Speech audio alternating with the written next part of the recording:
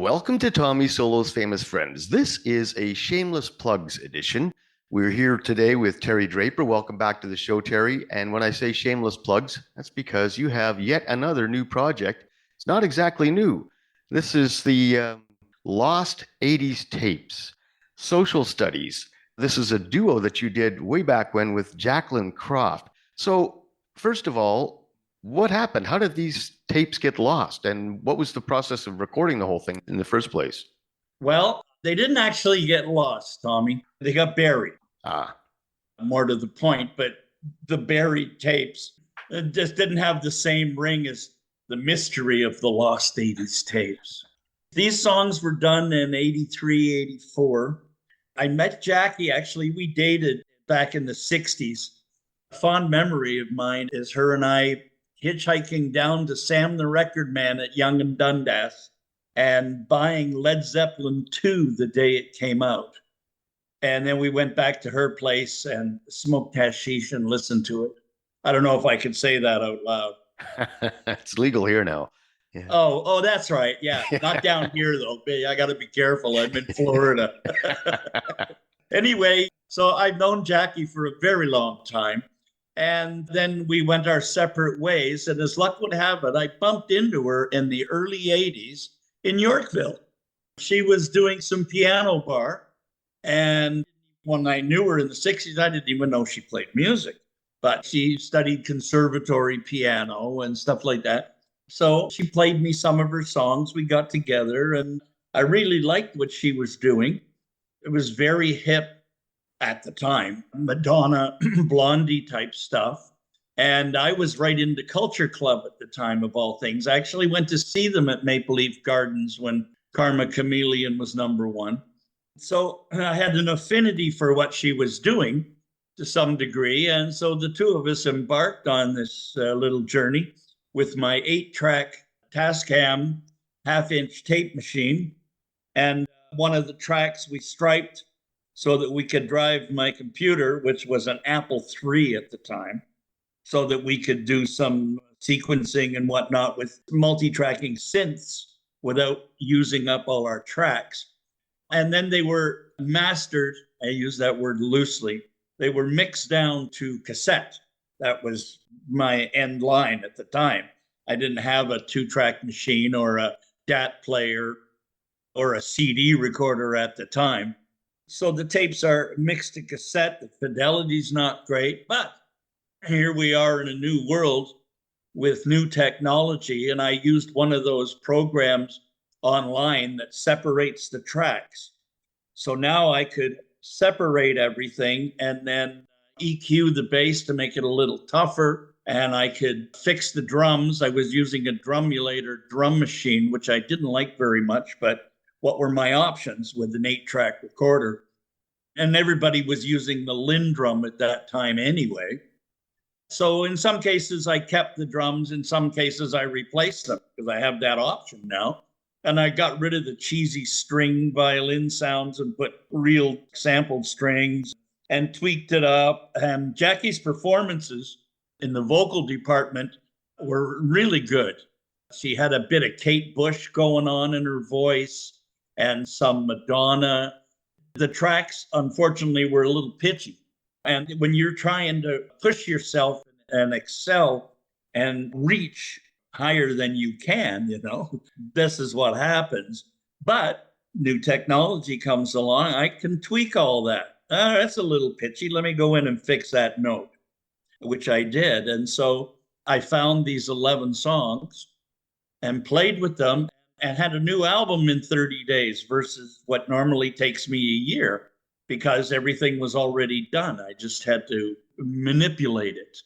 And Jackie was a model at the time, as well as playing music. And we did a photo shoot together, hence the cover of the album with this pretty funky picture of me. This is the only time you'll catch me wearing mascara, Tommy. Well, that's your story. I guess you're going to stick with okay. All right. Yeah. We don't know what goes on behind closed doors down in Florida. As they say, what happens in Florida stays there, right? So this is interesting because you had you had a project that was done, and due to the technology back then, it wasn't quite up to snuff. And now, all these years later, you developed all these awesome engineering skills and you fixed it, and it sounds great. I mean, it's described somewhere, I saw it described as Europop. And I think I said to you the other day that if Debbie Harry and Belinda Carlisle and Human League had a baby, it would be this album. So congrats, you were going for that 80s thing, revitalizing it, whatever, and it's definitely there. And the videos that I've seen, they're right there. It's like the early days of MTV and Much Music for Canadian fans. That's Jamie Grant, Tommy. He's been doing my videos for quite a while, and he offered to do three for this album. And I was thrilled, and Jackie loves them too. He does great work, and he manages to capture the vibe, and all his videos look different. But these three have a similar look about them. And so does the booklet that I made, the digital booklet. He sent me the pictures. I said, find me some pictures, and here's the 11 song titles. And he sent me these pictures that are all in the same vein, and turned out really cool. It was an interesting project. It's like doing a bit of house cleaning. These tapes have been laying around for 40 years in a pile of cassettes, two songs here, one song over there. So, yeah, buried is the right word. I had to go digging, and I managed to resurrect this little project. It was fun, actually. This was like 2 years after Klaatu broke up. So I've still been writing and recording, but, still in that sort of prog rock headspace, pop thing. So this was a left turn for me. And I had a great deal of fun. I was inspired by her. Her enthusiasm was infectious. And I think you can hear that in her voice. I was going to say that this is definitely a departure from your usual prog pop. Why don't we take a minute now and give the fans a look at a promo video? Good idea. I want you more.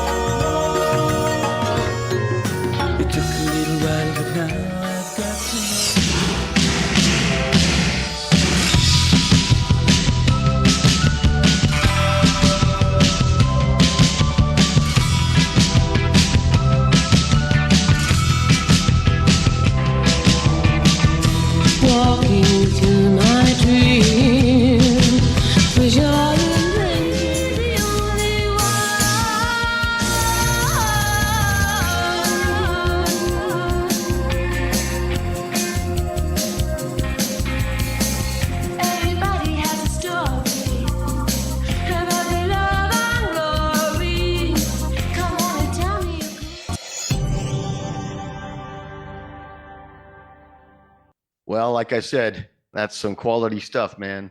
So kudos to digging this stuff up and solving the mystery of what happened to those lost tapes.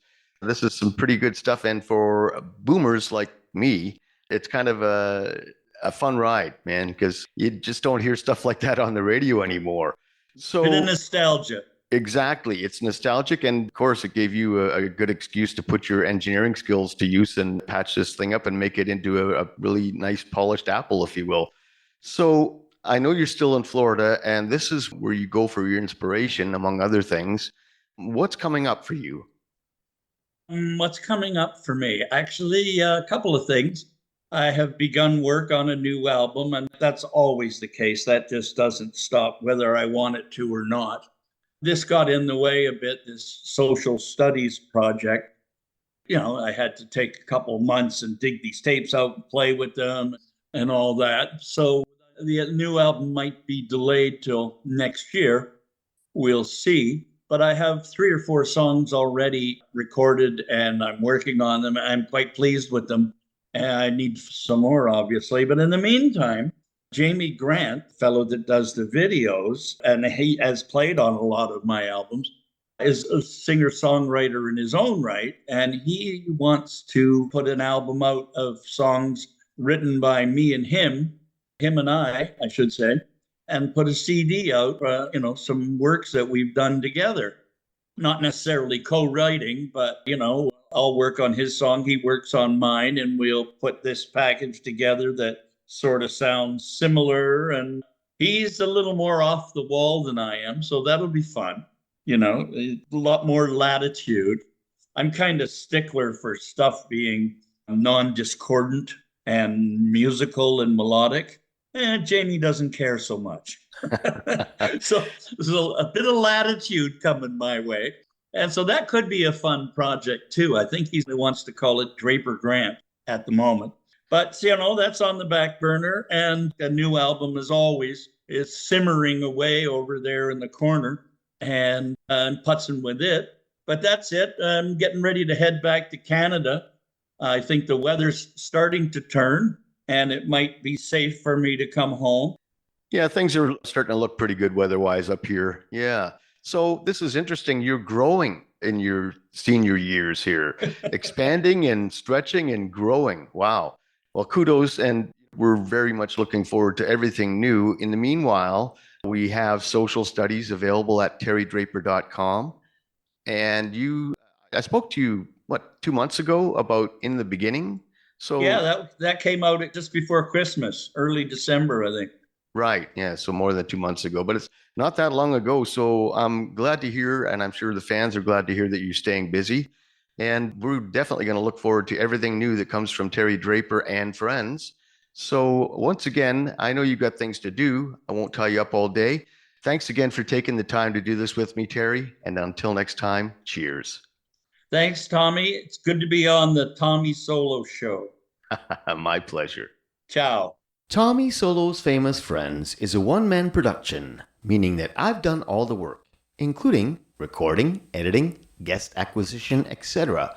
And hey, here's some news. We've just recently joined forces with 519 Magazine, so you can check out my interviews there as well.